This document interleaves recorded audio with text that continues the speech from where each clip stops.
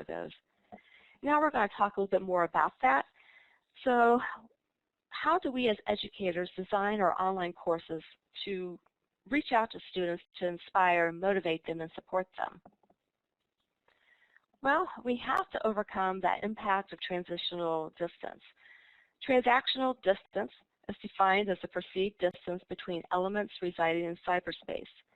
As factors related to learning experiences have been investigated, it has been found that more distance perceived between the instructor and student, the less interaction occurs on the part of the student and the less effective the online course.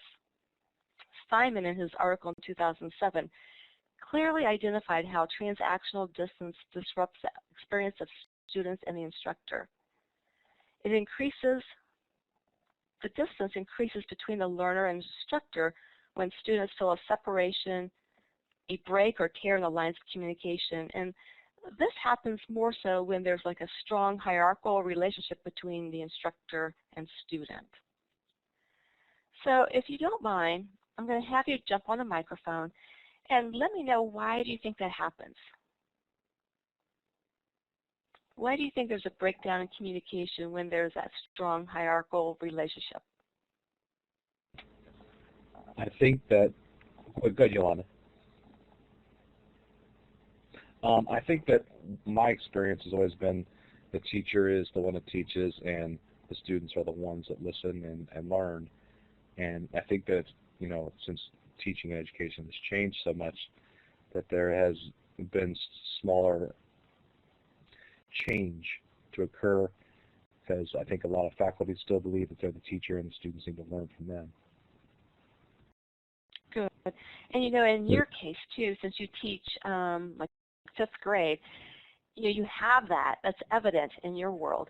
Whereas maybe in Jim's world, maybe it's a little less evident, but he still has students who he's teaching who need to get a good grade. But in my world, you know, there's more, it's like peers, a peer teaching a peer. So go ahead, Jim.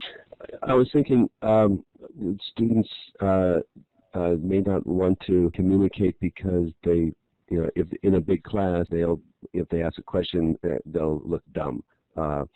It's sort of maybe that just the experience in the classroom, if it's without not speaking of an online classroom, but that relationship between, not so much between the teacher and the student, but they don't want to make themselves look bad amongst their peers. Right. Just another thing that inhibits their ability to communicate with the instructor. And how do you eliminate that when you're teaching online, Jim?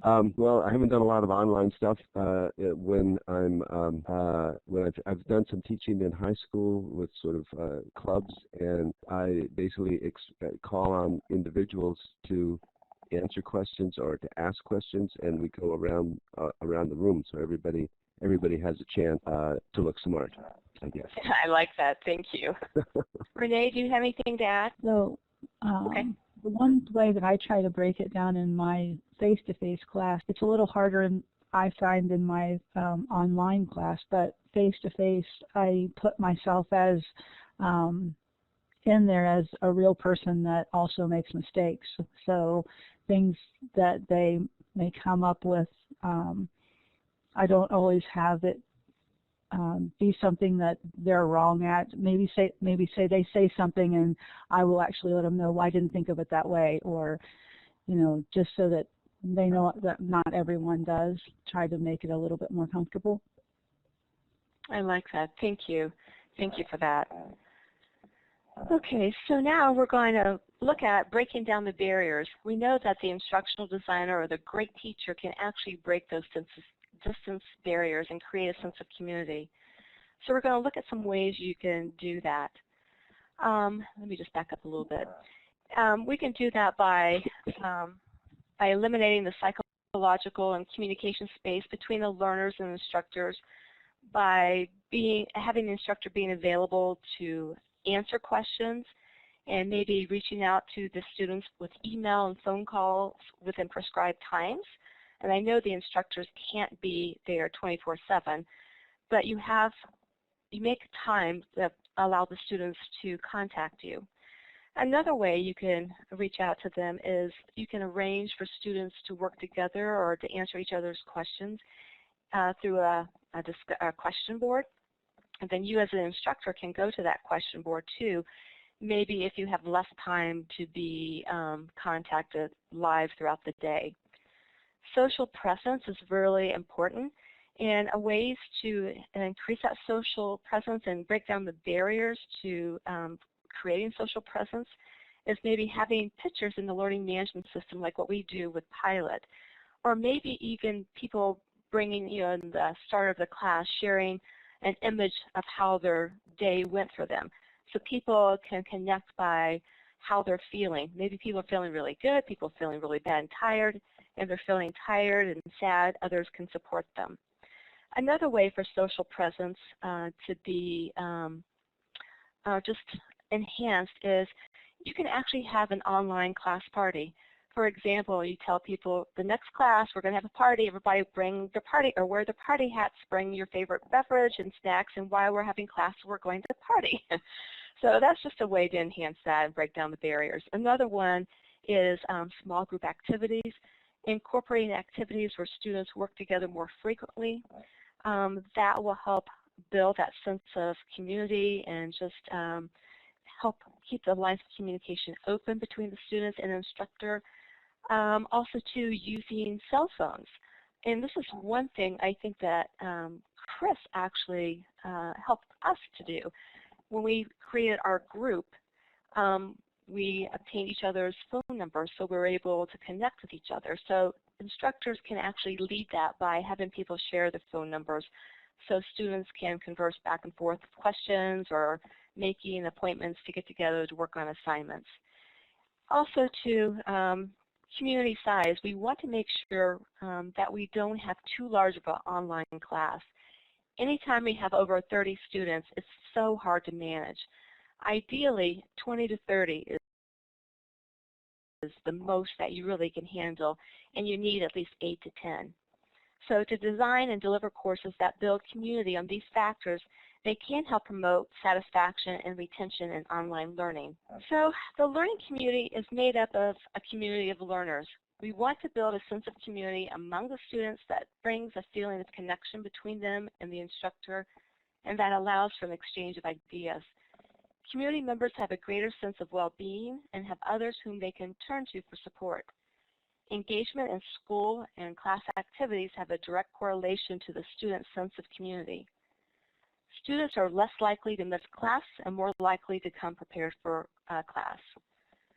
The key to a learning community composed of a community of learners is a teaching presence. And it is the teaching presence that is hugely responsible for humanizing online education. So what makes online classes more human? And I believe that the answer lies in really connecting through the student, maybe being able to place voice threads in some of the work that you're looking at with the student. For example, when I was in my doctoral program, when we submitted papers, the instructor actually put, I think we had to submit our papers in a PDF, but she had like little voice clips that she added to our papers telling us, oh, well, I think this would be better in paragraph 3, and maybe you need to look at something else. But I found that really helped connect me to the instructor.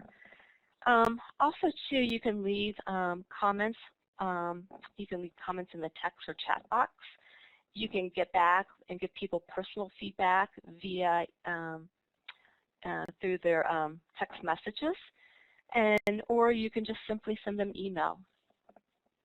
Some other things that you can do just to make it more human, you can actually do classes on Skype, which I have done that before. We do go-to meetings at work, and that makes it more human, and we can actually do video with that, which is great. And I think the more ways you can find to get feedback is really, really key. Okay, so now we're going to bring it all together, and we're going to bring it together by doing a case study.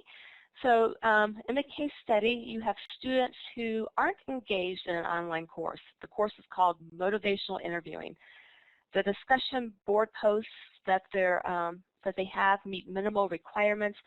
You hear chatter from the students that they're complaining that this course is so boring and that you're just reading from your slides, and that the required discussion board posts seem unrelated to the content that they're reading. So what I would like for you to do is you're going to go to your group room, and you're going to work on the whiteboard, and you're going to list next to the image. Each of those images relates to an element of the COI, and you're going to put just maybe 1 or 2 ways that you can humanize the experience via that perspective.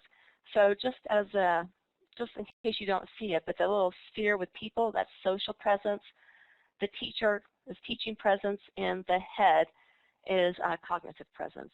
So for the virtual listeners, make sure that you remember just to jot down your thoughts also, and place these in your notes and post them on the discussion board in this class. Okay, well, thank you. Hopefully that went quick for you, and you were able to get your notes jotted down. So I see some of your ideas here. Creating a social identity within the group, and then make content relevant to the student's own life and experiences. I like that. So we talked about these objectives. Examine why students don't feel a sense of community while taking online classes. We also described how to create a learning community in the virtual classroom.